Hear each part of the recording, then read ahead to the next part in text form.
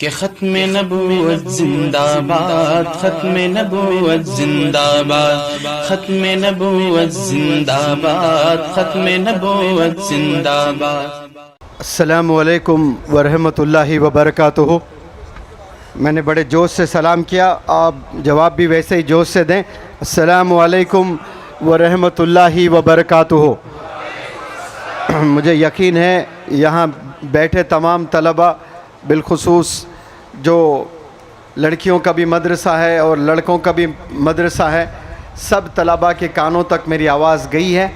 और मैं तो चाहता हूँ कि बहुत देर आपके बीच रहूँ, बात करूँ, क्योंकि बड़े हज़रत मौलाना ग़ुलाम साहब बस्तानवी दामद बरकातुहुम का दिल यहाँ अटका हुआ है। वो बीमार रहने के बावजूद भी यहाँ आने का आपने वादा किया था, और हम सब दुआ करते हैं कि अल्लाह से आपका साया हमारे सरों पर तादेर अल्लाह क़ायम फरमाए, और बहुत जल्द बड़े हज़रत यहाँ पर तशरीफ़ ले आएँ। फिर इंशाअल्लाह मैं भी बड़े हज़रत के साथ तशरीफ़ ले आऊँगा उस वक्त में, और बड़ी लंबी तकरीर करूँगा। 25 दिन से हम लोग सफ़र पर है, ऑल इंडिया टूर पर, मिशन एजुकेशन और कुरानिक कंपटीशन। इसको लेकर मौलाना हुज़ैफ़ा साहब बस्तानवी हमारे कायद, हमारे अमीर, हमारे लीडर हैं, और हम हर स्टेट में गालिबन ये 13th या 14th हमारा स्टेट है। हम हर स्टेट में जाकर नौजवानों को बेदार करने की पूरी कोशिश करते हैं, क्योंकि नौजवान, आज का जो नौजवान है वो भटका हुआ है, वो डिस्टर्ब्ड है, वो डिस्ट्रैक्टेड है, वो डिप्रेस्ड है। तो हमारी कोशिश है कि उन्हें सही राह पर ले आएं। और हम जो नमाज़ पढ़ते हैं रोज़ाना 5 वक्त, इसमें हम लोग चॉइस होता है हमारे पास। कुरान की कई आयतें हैं, जो चाहे हम पढ़ सकते हैं, लेकिन मैंडेटरी सूरह फातिहा पढ़ना ज़रूरी है, उसके बिना फिर नमाज मुकम्मिल नहीं है। सूरह फातिहा पढ़ने के बाद फिर चॉइस होती है। तो सूरह फातिहा हम फजर की नमाज़ पढ़ते हैं तो 2 दफ़ा हम पढ़ते हैं, ज़ोहर पढ़ते हैं तो 4 दफ़ा हम पढ़ते हैं, असर पढ़ते हैं तो 4 दफ़ा सूरह फातिहा पढ़ना होता है, मगरिब पढ़ते हैं तो 3 दफ़ा सूरह फातिहा पढ़ते हैं, इशा हैं तो फिर 4 दफ़ा। ये तो मैंने फ़राइज़ का ज़िक्र किया। और सुन्नत नवाफिल पढ़ते हैं तो न जाने कितनी दफ़ा हम रोज़ाना सूरह फातिहा पढ़ते हैं। कभी गौर करें, बैठें उलमा हज़रात के साथ, सूरह फातिहा के डेफिनेशन को हमने समझना है। ये हर एक बंदे पर फ़र्ज़ है कि हम पढ़ते हैं, लेकिन क्या पढ़ते हैं, उसका क्या मतलब है। ये आप अल्लाह की तारीफ़ करते हैं सबसे पहले कि अल्हम्दुलिल्लाहि रब्बिल आलमीन, रब्बिल मुस्लिमीन नहीं कह रहे हैं, मुसलमानों के अल्लाह की तारीफ़ नहीं कर रहे हैं। हम किसके अल्लाह की तारीफ़ कर रहे हैं? तमाम आलमों के अल्लाह की तारीफ़ कर रहे हैं। ये तमाम आलम में सब लोग आते हैं, हिंदू, मुस्लिम, क्रिश्चियन, सब, यहूदी, ये पेड़, ये जानवर, ये जहान, ये गैलेक्सीज़, ये तमाम कायनातों का अल्लाह एक है। वो अल्लाह की हम तारीफ़ करते हैं नमाज में हर दफ़ा। तो जब हम तारीफ़ करते हैं और कहते हैं कि ये फ़लाने का बच्चा है, तो बाप एक हुआ है, उसके जो बच्चे हैं, कई बच्चे होते हैं, बाप तो एक ही होता है। तो बाप सबसे मोहब्बत करता है। अगर एक बाप के 4 बच्चे हैं तो वो एक बच्चे को ही चाहता है या चारों बच्चों को चाहता है? वो चारों बच्चों को चाहता है। एक माँ के 10 बच्चे हैं तो क्या माँ एक ही बच्चे की फ़िक्र करती है या 10 बच्चों की फ़िक्र करती है? मानों के 10 बच्चे हैं एक माँ के, और 9 बच्चे कामयाब हैं। कोई साइंटिस्ट है, कोई डॉक्टर है, कोई इंजीनियर है, कोई IAS है, कोई IPS है, कोई जज है, कोई बहुत बड़ा आलिम दीन है, लेकिन एक बच्चा रोडी शीटर है। एक बच्चा क्या है? रोडी शीटर है। जेलों में ज़िंदगी गुजर रही है, पुलिस स्टेशंस में ज़िंदगी गुजर रही है, मोहल्ले वाले तंग हैं उससे, गांव वाले तंग हैं उससे, और सब लोग तंग हो चुके हैं उससे। लेकिन इस पूरे रूही ज़मीं पर कोई एक चाहने वाला अगर कोई है तो वो माँ होती है। भले वो रोडी शीटर है, पुलिस वाले खूब मारते हैं उसको, मोहल्ले वाले तंग आ चुके हैं, 9 बच्चे उसके कामयाब है, लेकिन माँ का दिल किस पर अटकता है? वही बच्चे पर अटकता है जाकर कि काश ये भी बच्चा कामयाब होता तो कितना अच्छा होता। उसकी कोशिश होती कि ये भी सही राह पर आ जाएं। तो सूरह फातिहा में हम दुआ करते हैं कि या रब हमें सही डायरेक्शन पर चला, हमें सही राह पर चला, वो राह पर चला जिस पर तेरे इनामात है, जिस पर तेरे रहमत है। वो राह पर ना चला जिस पर तेरा गज़ब है, जिस पर तेरा गुस्सा है। ये हम कितनी दफ़ा दुआ करते हैं, लेकिन दुआ करके क्या हम कोशिश करते हैं कि सही रास्ता क्या है, गलत रास्ता क्या है? कभी हमारे पास वक्त भी है पहचानने के लिए कि सही राह किसे कहते हैं और गलत राह किसे कहते हैं? ये वालिदैन कभी बिठाकर 10 मिनट सूरह फातिहा पर, कोई वालिद है जो अपने बच्चों से डिस्कस किया हो कि इतनी दफ़ा हम नमाज़ पढ़ते हैं बेटा, सूरह फातिहा का क्या मतलब? आलिम दीन करते होंगे, लेकिन आलिम दीन की बात नहीं कर रहा हूँ। जनरल जो पेरेंट्स होते हैं, क्या उनके पास में ये फ़िक्र है? फ़िक्र नहीं है।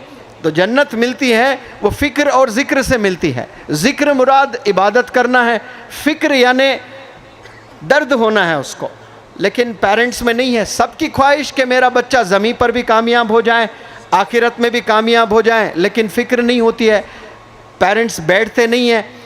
तो इसीलिए हमारी कोशिश है कि हम गांव-गांव, घर-घर, देश में हर जगह पहुँचें और नौजवानों को हम जगाएं कि उन्हें बताएं कि सही रास्ता किसे कहते हैं, गलत रास्ता किसे कहते हैं। और अल्लाह सुब्हानहू व तआला ने साफ साफ बताया है कि कामयाबी का रास्ता कौन सा रास्ता है? इल्म का रास्ता है, एजुकेशन का रास्ता है। एजुकेशन पहले हमने समझना है किसको कहते हैं। साइंटिस्ट बनने को एजुकेशन नहीं है, वो अचीवमेंट है। कोई बंदा डॉक्टर बना है वो अचीवमेंट है, कोई इंजीनियर बना वो अचीवमेंट है। कोई अगर जज भी बनता है, वो पूरे डिस्ट्रिक्ट का जज है या सुप्रीम कोर्ट का जज है, तो इंडिया का बहुत बड़ा जज, उसका एक बड़ी पर्सनालिटी होती है, सब रिस्पेक्ट करते हैं, लेकिन वो भी उसका अचीवमेंट ही है। एजुकेशन का डेफिनेशन क्या है? कि वो इंसाफ करें, वो चेहरे ना देखें, वो मज़हब ना देखें, वो पर्सनालिटीज़ को ना देखें, वो छोटे बड़े, वो गरीब अमीर, वो हर एक को इंसाफ करने वाले बने। ये एजुकेशन का असल मकसद है। एजुकेशन का असल मकसद है कि अल्लाह को पहचाने, सिर्फ़ अल्लाह को नहीं पहचाने। मैं हमेशा सवाल करता हूँ, क्या आप लोग अल्लाह को मानते हैं? यहाँ बैठे तमाम लोगों से मेरा सवाल है, क्या आप अल्लाह को मानते हैं? तो क्या जवाब आएगा आपके पास से? हाँ या ना? तो फिर कामयाबी इसमें नहीं है, अल्लाह को मानने में कामयाबी नहीं है, अल्लाह की मानने में कामयाबी है। अल्लाह को मानना अच्छी चीज़ है, लेकिन कमाल मानने में नहीं है, कमाल अल्लाह की मानने में है। की मानना क्या है? अल्लाह जो जो कहता है वो करते जाना। अल्लाह को मानना, अल्लाह एक है, हम मान रहे हैं, सब मान रहे हैं, लेकिन अल्लाह जो कहता है वो हम नहीं मानते हैं, तो फिर तो हम मुखालिफ हो गए। हम मानते ही नहीं अल्लाह की बात को, हम इनकार कर रहे हैं। तो जब हम इनकार कर रहे हैं तो फिर आप मोहब्बत कैसे है? अल्लाह से मोहब्बत ही नहीं है। मोहब्बत वो होती है जो जो आप कहते हैं वो आपको सुनना पड़ेगा। उलमा हजरात और शायर बताते हैं कि लैला मजनू की स्टोरी बड़ी मशहूर है, सबको पता है। और लैला के गली के कुत्तों से भी मोहब्बत थी मजनू को। किससे मोहब्बत थी? सिर्फ लैला से नहीं थी। अरे ये कुत्ता लैला के घर को देखते हुए आ रहा है, उसकी आँखों को भी चूम लूँगा मैं, इतनी मोहब्बत कर रहा है कुत्ते से। तो ये तो बादशाहों का बादशाह है, जहानों का बादशाह है, सब पर आपकी हुकूमत चलती है। और वो आपको कुछ चीज़ें बताएं कि ये आपने करना है, ये आपने नहीं करना है, ये डूज़ है, ये डोंट्स है। ये कानून गवर्नमेंट भी बनाती है। गवर्नमेंट कानून बनाए कि नहीं? कॉन्स्टिट्यूशन। एक गाड़ी पे तीनों जा रहे हैं तो ट्रैफिक पुलिस रोकता है कि नहीं रोकता है? एक अगर कोई कत्ल करता है या कोई गड़बड़ करता है, पुलिस आकर उसको सज़ा देती है कि नहीं देती है? तो गवर्नमेंट के भी कॉन्स्टिट्यूशन है। वो एक छोटी कंट्री है, दुनिया के छोटे भी कंट्रीज़ हैं, उसके भी कानून है।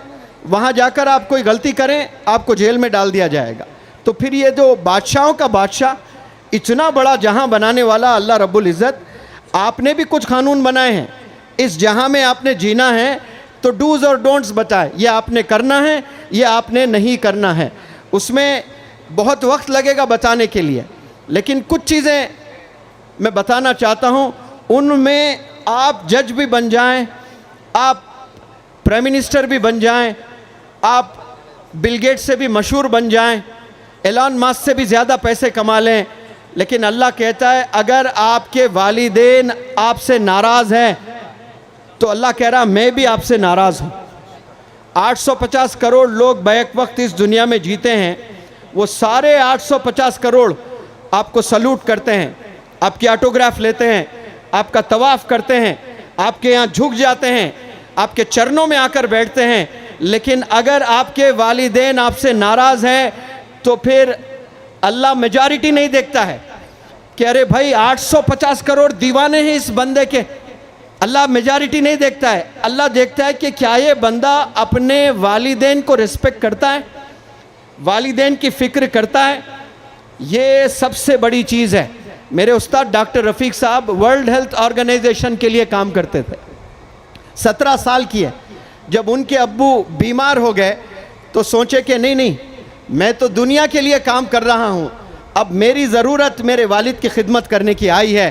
तो अपनी बड़ी जॉब छोड़कर वो वापस हैदराबाद आए और अपने अब्बू की खिदमत करने लगे। तो वालिदैन when they are bedridden, when they are in trouble, when they need your help, आपको अपने जहानों को छोड़कर वालिद के खिदमत में आ जाना चाहिए। आज बड़े बड़े बिजनेस एंटरप्रेन्योर्स अमेरिका में हैं, ऑस्ट्रेलिया में सेटल्ड हो गए, जर्मनी में सेटल्ड हो गए, भारत देश में उनके वालिदैन बीमार पड़े हुए हैं और कोई ओल्ड एज होम में पड़े हुए हैं, और जब मालूम होता है कि बीमार हैं, आईसीयू में लेकर जाना है, तो वहाँ जर्मनी से, वहाँ अमेरिका से कॉल आता है मेरे वालिद का इलाज अच्छा होना चाहिए, कितने भी पैसे हो मैं देने के लिए तैयार हूँ, 1 करोड़ 2 करोड़ 5 करोड़ कितना लगाना चाहें मेरे वालिद पर लगा दें, लेकिन मैं चाहता हूँ मेरा वालिद ज़िंदा रहें। और वो बंदा पैसे वाला है और पैसे भेजे जा रहा है, और जब डेथ की न्यूज़ आती है कि आपके अब्बा हुजूर का इंतकाल हो गया, आप आएँ, तो वो कहता है कि उसको कोई ऐसे मशीन में रख दें, मैं 2 दिन मेरे बहुत इम्पॉर्टेंट मीटिंग्स चल रहे हैं, मैं 3 दिन बाद आऊँगा, फिर उसके बाद उसके जनाजे की नमाज़ पढ़ूँगा। इस जहाँ को आप जीत सकते हो पैसों से, लेकिन अल्लाह को नहीं जीत सकते। आपको जन्नत नहीं मिलने वाली है। यहाँ आप कुछ पैसे ज़रूर बना लेंगे, आप प्रेसिडेंट्स बन जाएंगे, आप ऑर्गेनाइजेशंस के हेड्स बन जाओगे, लेकिन वालिदैन को जब ज़रूरत थी उस वक्त में आप नहीं थे। आपने 1-1 करोड़ भेजे, 2-2 करोड़ आपने भेजे, लेकिन याद रखें जब वालिद बीमार होता है और मुंबई के बड़े से बड़े हॉस्पिटल के आईसीयू में भी आप रखते हो, कोई एंटीबायोटिक काम नहीं करती। जब उसका बेटा आकर खड़े हो जाता है, दुनिया के सारे एंटीबायोटिक्स फेल हो जाते हैं। वो हिम्मत बाप को मिलती है, और वही हिम्मत चाहिए वालिदैन को। आज बच्चे नहीं दे रहे हैं। वालिदैन को आप हमेशा रिस्पेक्ट करना शुरू करें, अल्लाह की मदद आपको मिलेगी इंशाअल्लाह। और कामयाबी आपकी एजुकेशन में है, कामयाबी मोबाइल फ़ोन्स में नहीं है। आज एक नौजवान बच्चों का मोबाइल ले, स्क्रीन टाइम देखें, किसी का 16 घंटे हैं एमएलए साहब, 16 आवर्स नौजवान बच्चा फ़ोन यूज़ कर रहा है, कोई 18 आवर्स यूज़ कर रहा है। उसका जो दिमाग है ना वो निकम्मा हो जाएगा, उसमें जो क्रिएटिविटी के एबिलिटीज़ अल्लाह ने रखे हैं वो ज़ीरो हो जाते हैं। एक नौजवान बच्चे का screen time 16 hours, 14 hours, 12 hours, जो नौजवान बच्चा 12 घंटा फ़ोन में गुजारता है वो कभी मुस्तक़बिल में कामयाब नहीं हो सकता है, वो कभी लीडर नहीं बन सकता है, वो दूसरों के लिए कभी नहीं जी सकता है। उसका जहां छोटा हो जाता है, बस छोटी छोटी चीज़ वो अचीव करके अपनी ज़िंदगी गुजारता है। इस दुनिया में आप आपके लिए नहीं आए हो, इस दुनिया में सिर्फ आप अपनी बीवी 4 बच्चों के लिए नहीं आए हो, इस दुनिया में आपने दुनिया वालों के लिए काम करने के लिए आए हैं। एक लीडर होता है मोहल्ले का, एक लीडर होता है गांव का, एक लीडर होता है शहर का, एक लीडर होता है कंट्री का, एक लीडर होता है पूरे जहान का। लीडर का असल डेफिनेशन क्या है कि leaders do not have boundaries, leaders को सरहदें नहीं होते हैं। ये कंट्री अपने लोगों को प्रोटेक्ट करने के लिए सरहदें बना लेती है, ये अलग बात है, लेकिन जो रियल लीडर होता है, जो ग्लोबल लीडर होता है, जो मर के भी लोगों के दिलों में जगह बनाता है और अपने महले बना लेता है, वो कभी अपने लिए नहीं जीता, या अपने मोहल्ले के लिए नहीं जीता है, या सिर्फ अपने वतन के लिए नहीं जीता है, वो इंसानियत के लिए जीता है, वो गोरे कालों के लिए जीता है, वो छोटे बड़ों के लिए जीता है, वो हिंदू मुसलमानों के लिए जीता है। इसलिए देखिए आप महात्मा गांधी, आप सिर्फ इंडिया के लीडर नहीं हैं, आप ग्लोबल लीडर हैं। Abraham Lincoln 16th president of United states of America, ये कालों के लिए आपने बहुत मेहनत की है, तो ये ग्लोबल लीडर बने हैं। 17 साल जेल में रहे नेल्सन मंडेला जी, आप पूरे ग्लोबल लीडर बने हैं। तो लीडर वो होता है जो हर एक के दिल में जगह बनाए। सिर्फ अपनों में जगह बनाना ये बहुत आसान है। इसीलिए आप सल्लल्लाहु अलैहि वसल्लम को अल्लाह ने रहमतुल मुस्लिमीन बनाकर नहीं भेजा, रहमतुल आलमीन बनाकर भेजा है। पूरे आलम के लिए एक रहमत बनाकर आप सल्लल्लाहु अलैहि वसल्लम 2-4 जंगों में भी पार्टिसिपेट किए हैं और कभी तलवार से किसी पर वार नहीं किए। उन पर जो भी वार करते वो डिफेंड करते, उसको प्रोटेक्ट करते अपने आप को, लेकिन किसी का कत्ल आपने नहीं किया, किसी पर वार नहीं किया। पूछने पर पता चला कि आप हमेशा प्रोटेक्ट करते थे, डिफेंड करते थे, अटैक नहीं करते थे। तो पता ये चला कि मोहम्मद सल्लल्लाहु अलैहि वसल्लम के हाथ से जो भी मर जाता है, जिसका भी कत्ल हो जाता है, जहन्नुम में सबसे बदतरीन सज़ा उस इंसान को मिलने वाली है जो मोहम्मद सल्लल्लाहु अलैहि वसल्लम के हाथ से मौत वाक़ई होती है। और कुर्बान जाए प्रॉफेट मोहम्मद सल्लल्लाहु अलैहि वसल्लम के रहमत पर। आप कहते हैं कि मैं नहीं चाहता कि मेरी वजह से जहन्नुम में किसी को सबसे बदतरीन सज़ा मिले। ये आपका विज़न था, ये आपका ड्रीम था। माशाअल्लाह सब लोगों के लिए हमने जीना है और हमारे बीच में आज ऐसे ही लीडर हैं माशाअल्लाह। एमएलए साहब हैं, आप टीचर भी हैं, आप प्रोफेसर भी हैं। आप माशाअल्लाह देखें ये जो स्टेज पर यहाँ उलमाए दीन भी है, यहाँ पर एमएलएज़ भी हैं, यहाँ पर और मज़हब के लीडर्स भी हैं। मैं इसको कहता हूँ गुलदस्ता है। देखें आप लोग, सारे फूल नज़र आ रहे हैं आपको यहाँ पर। ये है सच्चा भारत, ये है सही भारत माशाअल्लाह। और कहाँ बैठे हैं? मदरसे में आकर बैठे हैं। खालिद बिन वलीद मदरसा, क्या लीडर, कैसी पर्सनैलिटी। लोग तरसते हैं कि काश 1% वो दिलेरी मुझ में आ जाएं। और ऐसा प्यारा नाम इस मदरसे का है और ऐसे बेहतरीन लीडर्स यहाँ पर बैठे हैं। और आपने सड़क पर न जाने कितने लाख रुपए लगा दिए एमएलए साहब, और वो सड़क आपको पार्लियामेंट तक ले जाएगा। वही सड़क आपको मिनिस्ट्रीज भी देगा इंशाअल्लाह। वही सड़क से आपको एक बुलंदी मिलेगी, वही रास्ता है जो आपको कामयाबी मिलेगी, और यही रास्ता है जो भारत देशों के दिलों तक ले जाएगा इंशाअल्लाह। आपने नहीं देखा कि ये मदरसे का रास्ता है, ये रास्ता जाकर मदरसे से जुड़ता है, लेकिन आपने ये देखा कि यहाँ मासूम छोटे छोटे बच्चे अल्लाह की किताब को पढ़ेंगे और ये इंसाफ करने वाले लीडर्स बनेंगे इंशाअल्लाह। Big round of applause. आप यहाँ पर तशरीफ़ फरमा हैं और डॉक्टर दिनेश साहब भी यहाँ पर तशरीफ़ फरमाते हैं। आपने भी बहुत यहाँ पर कंट्रीब्यूट किया है। आप लोग के कंट्रीब्यूशंस की वजह से माशाअल्लाह ये मदरसा बना है। जो अभी हमने इनाग्रेट किया है उसका कंट्रीब्यूशन एमएलए साहब का है। ये जो शामियाने में हम लोग बैठे हुए हैं इसमें कंट्रीब्यूशन आपका है। ये जो सड़क बनी है ये एमएलए साहब का कंट्रीब्यूशन है। और नौगाजी दरगाह यहाँ पर इस शहर में है, वहाँ पर आप स्कूल बना रहे हैं, एक फंक्शन हॉल ऑलरेडी बना दिए, एक स्कूल भी बनाने वाले हैं और बच्चों को और मदद करने वाले हैं। आपने सुना है जिसका कोई नहीं होता उसका खुदा होता है। यहाँ मुख्तार साहब का एक्सीडेंट में बहरहाल इंतकाल हुआ है, तो आपने एमएलए साहब ने एमएलए फंड से नहीं अपने जेब के फंड से, यानी वो दिल में होता है बैंक, वहाँ से पैसे निकाल कर 1 लाख रुपए दिए हैं। ये अल्लाह सुब्हानहू तआला इंतज़ाम करता है। जिसका कोई नहीं होता है उसका खुदा होता है।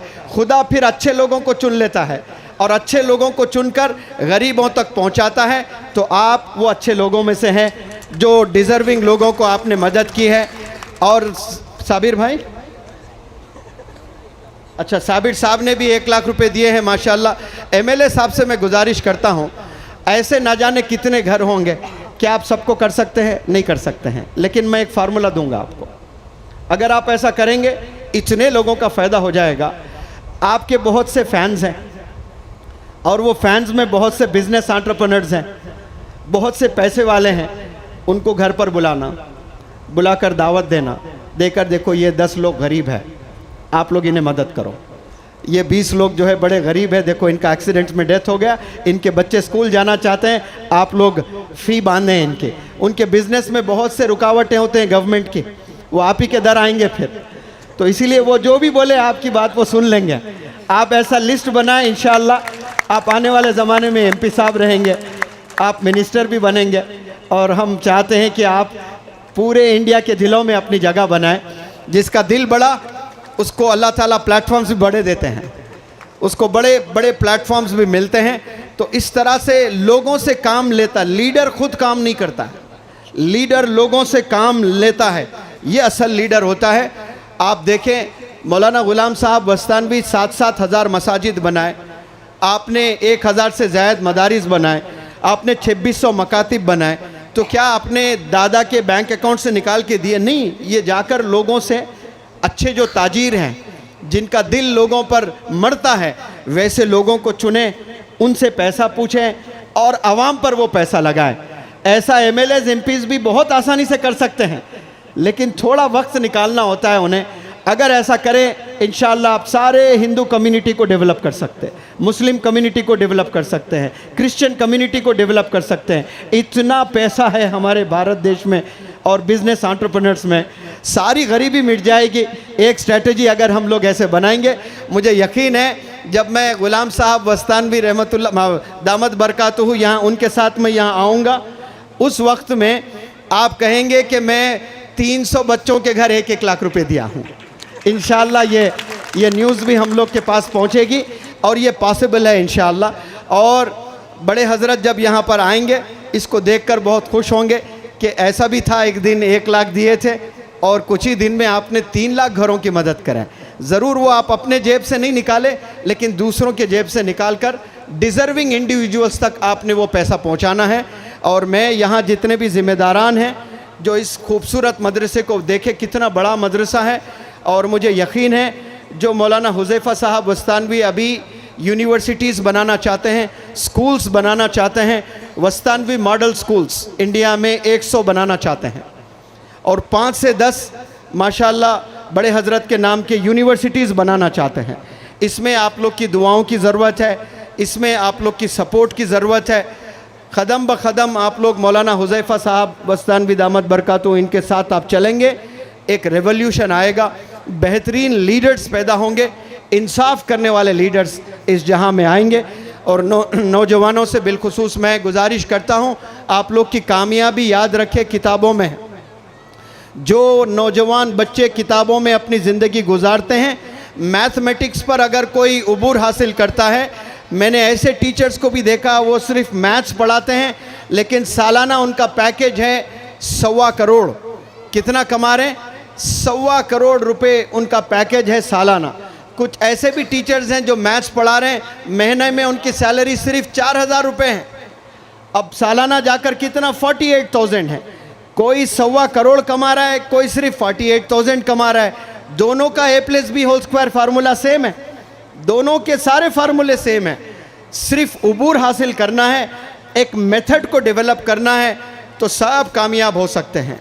आप सर्टिफिकेट के लिए कभी पढ़ाई ना करें, मदरसे में तालीम हो या स्कूल में यूनिवर्सिटीज़ में हो, सर्टिफिकेट्स का ज़माना चला गया है, ये स्किल्स का ज़माना है। Certificates are kept aside and your skills are checked. आपके स्किल्स को चेक किया जाता है, आपके कॉन्फिडेंस को चेक किया जाता है, आपकी क्रिएटिविटी को चेक किया जाता है, आपके इनोवेशन को चेक किया जाता है, आपके पैशन को चेक किया जाता है, हत्ता कि आपके पेशेंस को भी चेक किया जाता है इंटरव्यू में कि ये बंदे में सब्र है नहीं है। क्योंकि अगर सब्र नहीं है वो बंदा कभी लीडर नहीं बन सकता है। लीडर्स के लिए स्टेप्स है। मैं लीडरशिप पे जब लेसन देता हूँ तो लेक्चर देता हूँ, मेरे पास वक्त नहीं है, लेकिन जो भी लीडर बनना चाहता है उसकी पहली सीढ़ी है सैक्रिफाइस, कुर्बानी देना आना चाहिए। अपने खुशियों को कुचल कर दूसरों के खुशियों के लिए काम करने के लिए तैयार होने का नाम लीडर है। दूसरा पेशेंस, सब्र अगर आप में नहीं है कभी आप लीडर नहीं बन सकते हैं। तीसरा फॉरगिविंग हार्ट, आप पर कोई हावी हो रहा है, आप पावरफुल है, आप आसानी से उसको आप हरा सकते, उसको जलील कर सकते, उसको मार कर जेल भेज सकते हैं, लेकिन आप अपने दिल से उसको माफ़ करते हैं तो आप बड़े लीडर होते हैं। माफ़ करने वाला हमेशा बड़ा लीडर ही होता है। माफ़ करने वाला कभी नीचे नहीं गिरता है। आप सल्लल्लाहु अलैहि वसल्लम ने कहा कि अगर आप किसी से लड़ते हो, अगर आपको माफ़ करना है और माफ़ करने से आप छोटे हो जाते हो तो रोज़े क़यामत में मैं आपको इज़्ज़त दिलाऊंगा। माफ़ करने से कभी इंसान की इज़्ज़त घटती नहीं, याद रखें, वो अल्लाह उसको बुलंदियों पर ले जाता है। फॉरगिविंग हार्ट होना चाहिए लीडर्स के पास में, sacrifice, patience and forgiving heart, और कंपैशन होना है। कंपैशन किसे कहते हैं? हमदर्दी, दूसरों के दर्द का एहसास होना, दूसरों के दर्द की फ़िक्र करना। और मज़ीद बहुत से चीज़ें हैं जो मैं पर्सनालिटी डेवलपमेंट में जो कोर्स करते हैं वो 1 महीने में बताता हूँ। ये 10-15 मिनट में क्या आपको हम बताएं, लेकिन यहाँ आकर मुझे बहुत अच्छा लगा है। और ये तमाम अलग अलग कम्युनिटीज़ के लीडर्स यहाँ पर बैठे हैं और आप तमाम तलबा बिलखुसूस बॉयज़ और गर्ल्स यहाँ पर बैठे हैं। आप लोग की कामयाबी एजुकेशन में है, आप लोग की कामयाबी सब्र में है, आप लोग की कामयाबी कुर्बानी में है, और आप लोग की कामयाबी जेनरॉसिटी में है। यानी जो है उसमें से दूसरों को देना शुरू करें। आप लोग सिर्फ आपके लिए ना जमाएं, सिर्फ आपके लिए ना रखें। अगर आपके पास पैसा नहीं है तो आपके पास इल्म है तो 2-3 क्लासमेट्स को आप सिखाएं। सबसे बेहतरीन चैरिटीज़ दुनिया में क्या है? पैसा देना नहीं है, इल्म देना। तो एक गरीब बंदा भी चैरिटी कर सकता है। तो charity to impart education is the best form of the charity. Imparting education is the best form of the charity. आपको चैरिटी के लिए पैसों की ज़रूरत नहीं है। चैरिटी के लिए आपको एजुकेशन, आपको जो स्किल आपको अल्लाह ने दिया है वो स्किल दूसरों तक आपने पहुंचाना है। और एक बात, अगर अल्लाह ने आपको कुछ पैसों से नवाजा है, आपके अब्बू की 30,000 सैलरी है, वो 30,000 में आपको पॉकेट मनी मिलती है 500 रुपये, और वो 500 में अगर आप 100 रुपये गरीबों को देते हो, ख़ुद पर नहीं खर्चते हो, गरीबों में देते हो। और सलमान खान जैसा एक कामयाब खूब पैसे वाला बंदा वो 1 करोड़ देता है तो न्यूज़पेपर में, टेलीविज़न में, सोशल मीडिया में किसका नाम आता है चैरिटी को लेकर? सलमान खान ने फलाना एर्थक्वेक में उसने 5 करोड़ दिए, और ये मदरसे खालिद बिन वलीद का मदरसे का एक तालिब इल्म 100 रुपये दिया। तो अल्लाह सुब्हानहू व तआला देखता है कि सलमान खान का बैंक अकाउंट में कितना पैसा है, खालिद बिन वलीद के मदरसे का एक तालिब इल्म है, इसके बैंक अकाउंट में कितने पैसे हैं। सलमान खान के पास मानो के 10,000 करोड़ है, आपके पास में 200 है, 200 में आपने 100 दे दिया अर्थक्वेक पर। सलमान खान ने 5,000, 10,000 करोड़ में 1 करोड़ दिया, तो कौन ज़्यादा देते हैं? ज़्यादा किसने दिया है? तालिब इल्म में दिया है। सोशल मीडिया किसका नाम को हाईलाइट करता है? सलमान खान को। लेकिन याद रखिए, एक मीडिया आसमानों में है, वहाँ फरिश्ते लिखते हैं आपका नाम, वहाँ चमकोगे आप, रोज़े क़यामत में इनामात मिलेंगे फिर आपको। यहाँ दुनिया वाले मीडिया आपको इग्नोर करते हैं, लेकिन जो मीडिया आसमानों में है, जो फरिश्ते लेकर जाते हैं अल्लाह के पास में, न्यूज़ देते हैं कि फ़लाने बंदा, उसके पास खुद खाने के लिए पैसा नहीं है, वो दूसरों की फ़िक्र कर रहा है, तो अल्लाह उसको यहाँ भी कामयाब करेगा और आसमानों में भी कामयाब करेगा इंशाअल्लाह।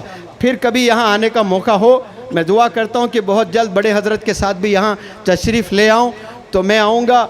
एक बड़ा लेक्चर में गर्ल्स को अलग दूंगा, बॉयज़ को अलग दूंगा, और MLA साहब के भी और अच्छे काम में देखूंगा जाकर इंशाअल्लाह। Thank you so very much, जज़ाकुमुल्लाह खैर। GS हर्बल होलसेल आयुर्वेदिक अद्वियात का काबिल एतमाद मरकज। तिजारत के ख्वाहिशमंद हजरात को हम मुकम्मल ट्रेनिंग देते हैं। हमारे साथ तिजारत करके भरपूर पैसा कमाएं। उलमा इकराम, हुफ्फाज, डॉक्टर्स और मेडिकल वालों के लिए खुसूसी रियायत। तफसीलात के लिए अभी राब्ता करें। कासमी हज उम्रह टूर्स एंड ट्रेवल्स हज उम्रह और दीगर मुकद्दस मुकामात की जियारत का भरोसेमंद मरकज। हज उम्रह जाने के ख्वाहिशमंद हजरात स्क्रीन पर दिए गए नंबरात पर कॉल करें।